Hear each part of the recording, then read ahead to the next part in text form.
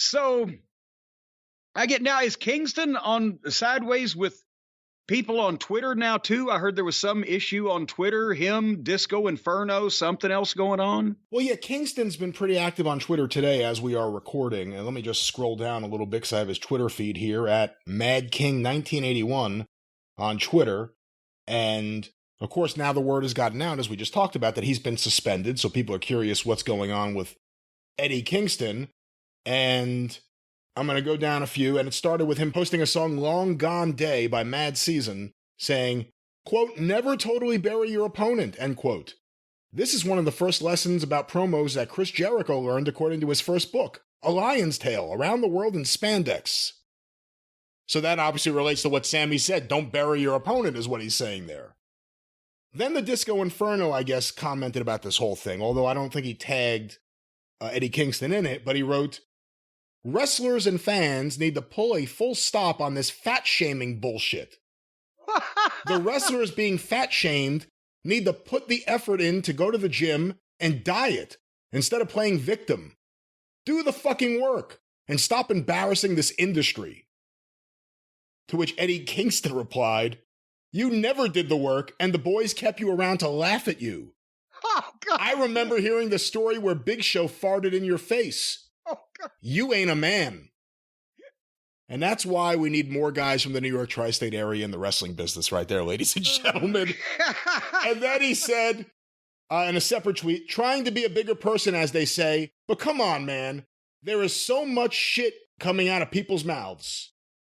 And last thing I will say about my suspension, I was in the wrong for touching another man's face. Let it go. And there's the action of Eddie Kingston on Twitter today, but a pretty memorable burn of Disco Inferno that everyone's talking about right now. And apparently you're trending again.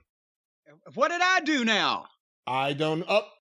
Inside the Ropes posted an article, Jim Cornette criticizes Johnny Gargano's WWE return. That may have triggered it, I don't know. They should have waited for this fucking show. I went into a lot more detail. But anyway, getting back to the subject that we were talking about. Yeah, what do you think of Kingston and Disco Inferno?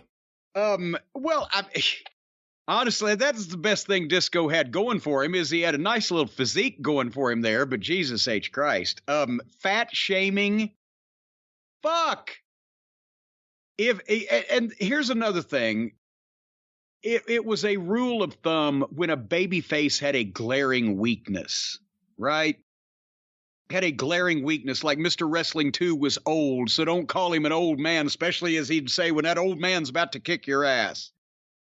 Or, you know, whatever the case, when the babyface had a glaring weakness, you weren't supposed to say that, unless when they got to the point where they were as over as Dusty Rhodes, yes, the opponents, Terry Funk could say, you big fat egg-sucking dog. And it didn't diminish Dusty Rhodes in the least because he was a goddamn megastar. But yeah, you are not supposed to just truthfully tear down a babyface with everything that's wrong with him and no redeeming value and don't put him over at all. That's obviously, you don't want to just make your opponent look like shit. But a babyface calling a heel, good God. Every fat heel in the business was called fat by the babyface that was fucking with them. And if there was a babyface that was fat or old or bald or something, that probably got in there a little bit as well. But fat shaming now, they're wrestlers. It's wrestling. Hurt some people's feelings. You can't expect somebody to want to see a motherfucker get even for something if it wasn't anything worth getting even for. So, oh golly, I got peanut butter on your chocolate. Well, we got to fight. No, fuck you. You stole my girl. You fucked my wife. You killed my dog. You stole my title. You wrecked my car. Anyway,